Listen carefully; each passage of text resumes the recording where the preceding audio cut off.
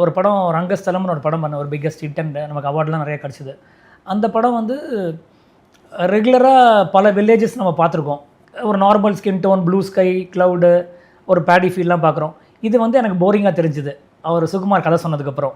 Then I told him இது வந்து வேறு ஒரு வில்லேஜாக நம்ம ட்ரான்ஸ்ஃபார்ம் பண்ணணும். நம்ம வந்து 80s 90s சொன்னால் கூட வேறு டோனில் போகணும்னு சொல்லிட்டு அந்த படத்துக்கு அந்த கோல்டன் ப்ரௌன் டோனில் ஷூட் பண்ணியிருந்தோம். அது ஒரு ஹைலைட்.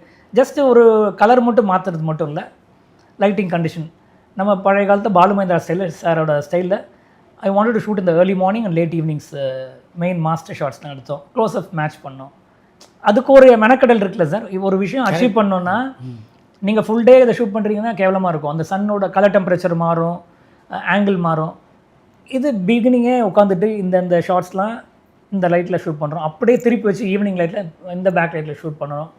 அந்த ஊரும் ஸ்கை வந்து எனக்கு ப்ளூ வேண்டாம், ஒயிட்டாக வரணும்னு சொல்லிட்டு அதுக்கு பிளான் பண்ணோம். டஸ்ட்டு ஸ்மோக்லாம் போட்டுட்ருப்போம்.